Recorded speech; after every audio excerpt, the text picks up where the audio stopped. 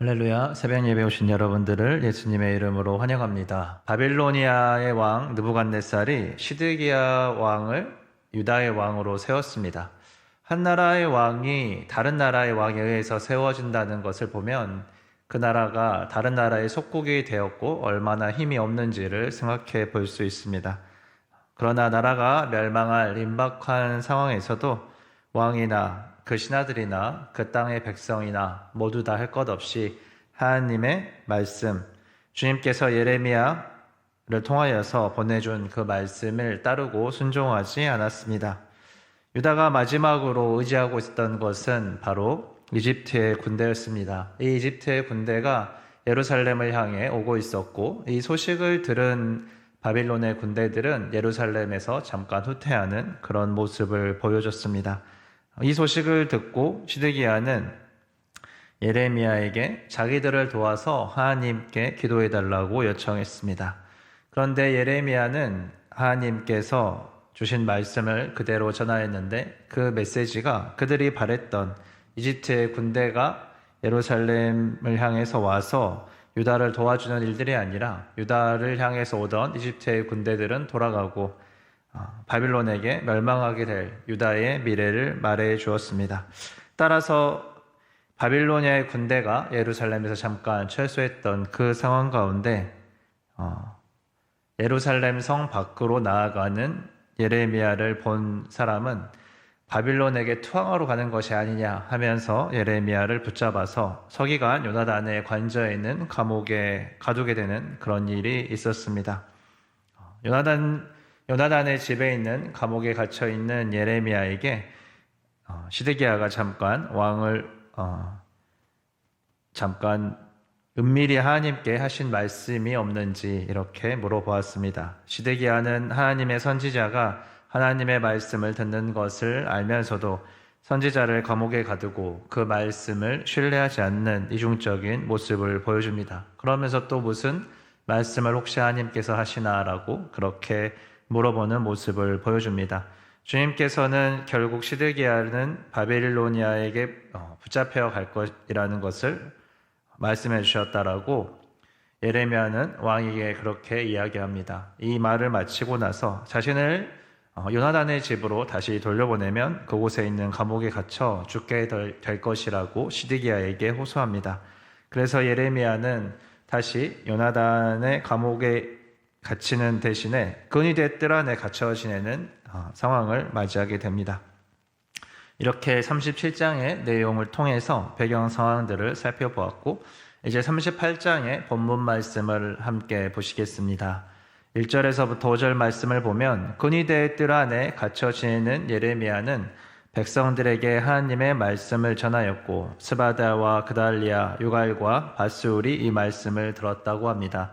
예레미야가 받은 내용은 2에서 3절 말씀이었습니다.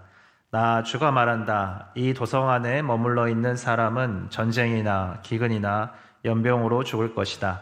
그러나 바빌로니아 군대들에게 나아가서 항복하는 사람은 죽지 않을 것이다. 적어도 자기 목숨만은 건질 것이며 계속 살아남게 될 것이다. 나 주가 말한다. 이 도성은 반드시 바빌로니아의 왕 군대에게 넘어간다. 그들이 이 도성을 점령한다. 이집트의 군대가 도와주러 예루살렘으로 오고 있었고 바빌로니아의 군대는 예루살렘에서 후퇴하는 이 시간에 유다 백성들에게 희망이 가득 찬 그런 순간이었을 것입니다. 그들은 어쩌면 2년 만에 회복하게 될 것이다 라고 이야기했던 하나냐의 예언이 옳지 않는가 라고 그렇게 믿고 싶었을 것입니다. 유다가 가지고 있던 작은 희망의 불씨에 찬물을 깨얹듯이 예레미야를 통해서 선포되는 심판의 메시지는 정말 그들이 듣기 어려운 말씀이었을 것입니다. 그럼에도 불구하고 대신들은 그들의 귀를 막고 예레미야는 백성의 평안을 구하지 않고 재앙을 재촉하는 사람이다 라고 몰아가면서 하나님의 말씀 대신 이 예레미야를 사형에 처하고자 합니다. 자신이 원하는 것을 들어주지 않는 자신의 인정하고 싶지 않은 현실에 대해서 그렇게 분노하며 예레미야에게 모든 죄를 뒤집어 씌우고자 하는 그런 모습을 보게 됩니다. 시드기야 왕도 예레미야를 죽이든 살리든 대신들의 뜻에 따라 행하라고 말하면서 마지막으로 한마디를 남기는데 나에게 무슨 힘이 있다고 그대들을 반대하겠소? 라는 말을 남깁니다. 시드기야는 바빌론에 의해 세워진 왕이었고 대신들에게조차 영향력을 행사할 수 없는 볼품없는 왕이라는 무력함에 빠져 있었습니다. 한 나라의 왕이 이렇게 무력함에 빠져 있어서 어떻게 이 나라가 회복될 수 있겠습니까? 결국 그들은 그들이 의지하는 이집트 군대만이 희망이었습니다. 하나님께 소망을 두고 하나님의 말씀을 붙잡지 않고 외국의 군대만을 의지하는 유다 백성들은 결국 심판받을 수밖에 없었습니다. 이제 예레미야는 다시 붙잡혀서 왕자 말기야의 집에 있는 물은 없고 진흙만 있는 물 웅덩이에 갇히게 되었습니다. 그래서 진흙 속에 파묻혀 있었습니다. 예레미야는 진흙 속에 빠져서 곧 굶어 죽을 상황이었습니다. 이때 에티오피아의 에벳멜렉이라는 환관이 시드기야를 찾아옵니다. 시드기야에게 나아가서 예레미야를 구해야 한다라고 아뢰입니다. 성 안에는 더 이상 먹을 것이 없는 현실을 상기시키는 장면에서 우리는 진흙 속에 갇혀서 곧 굶어 죽어갈 예레미야나 성 안에서 먹을 것이 없어 굶어 죽어갈 유다 백성들의 상황이 크게 다를 바가 없는 어려운 상황임을 보게 됩니다. 에벤멜렉은 왕궁의 의복 창고로 들어가서 헤어지고 찢어진 옷 조각들을 꺼내다가 밧줄에 달아서 예레미야를 꺼내줍니다. 헤어지고 찢어진 옷 조각들은 양쪽 겨드랑이 밑에 대어서 밧줄을 잘 이렇게 매달릴 수 있게 도와주는 그런 지혜로운 행동으로 예레미야가 진흙 속에서 쇠약해졌지만 그렇게 크게 상하지 않고 안전하게 올라올 수 있도록 도와주는 행동이었습니다. 그래서 그렇게 구원받은 예레미야는 다시 근위대 뜰 안에서 지낼 수 있게 되었습니다. 헤어지고 찢어진 옷 조각들은 정리되거나 버려지거나 태워지는 것이 마땅합니다. 다시 쓸 수 있는 온전한 천이 아닙니다.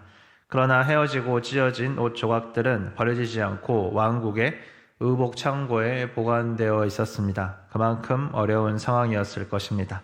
헤어지고 찢어진 옷 조각들은 한 벌의 옷으로 온전한 기능을 할 수도 없었고 그것들이 모여서 한 벌의 온전한 옷을 만들 수도 없었습니다.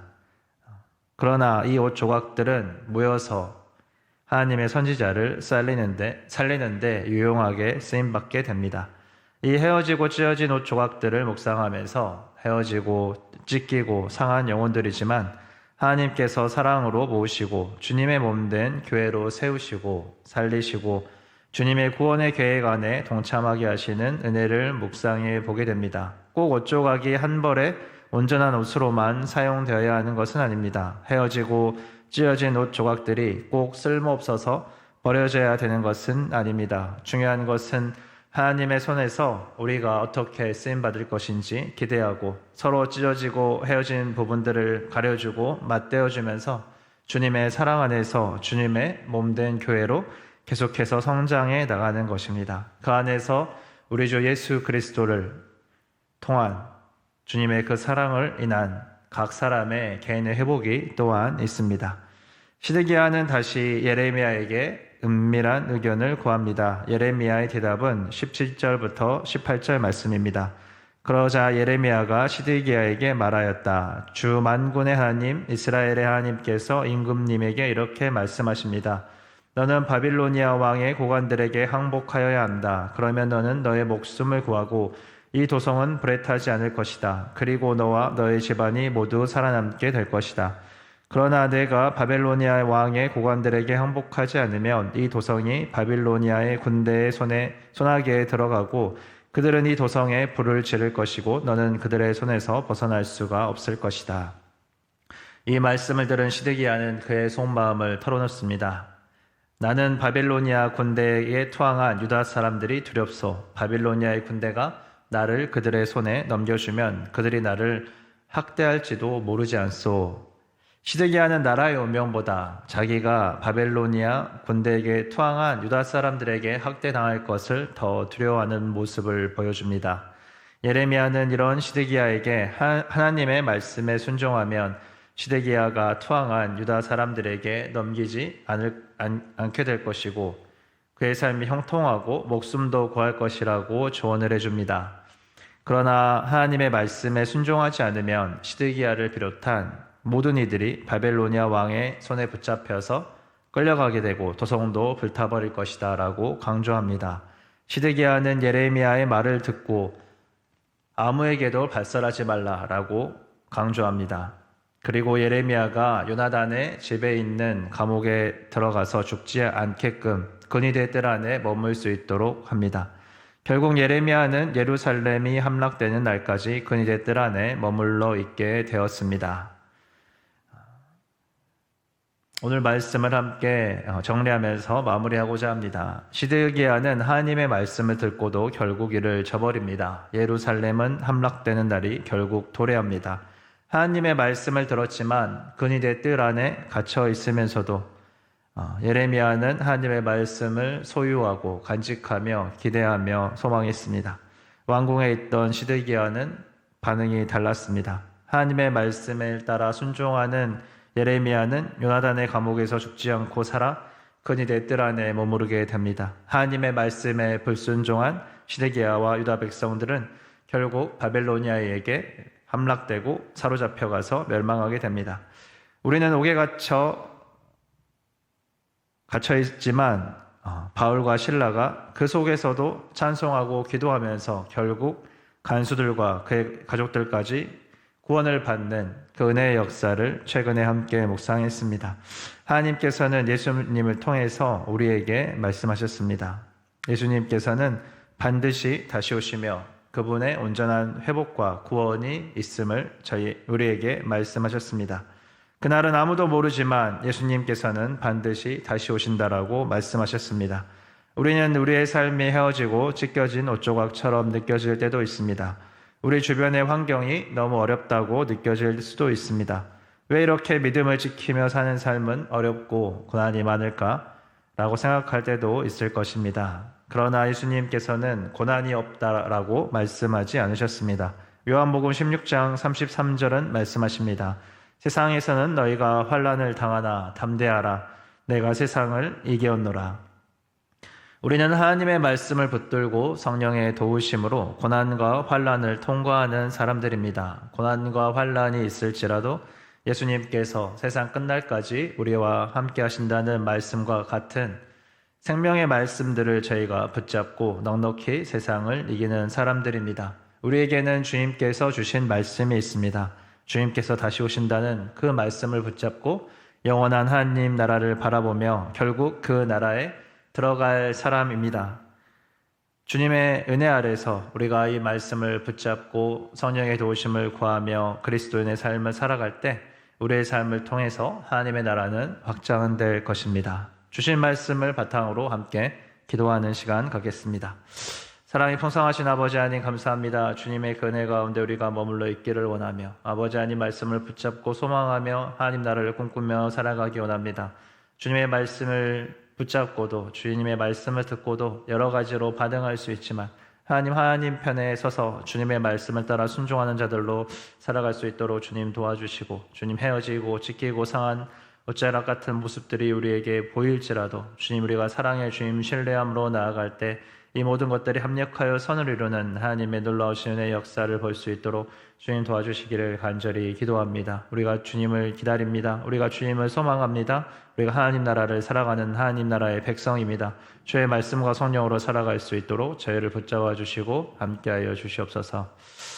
주오신 아버지 하나님 감사합니다. 오늘 말씀을 통해서 우리가 하나님 말씀을 붙잡고 또 하루를 살아가고자 합니다. 성령님 함께하여 주시고 주님의 말씀 가운데 살아 역사하셔서 저희가 하나님의 말씀 가운데 승리하는 삶 살 수 있도록 주님 도와주시옵소서. 오늘 하루도 주님께 부탁드리며 감사드리며 예수 그리스도 이름으로 기도하였습니다. 아멘.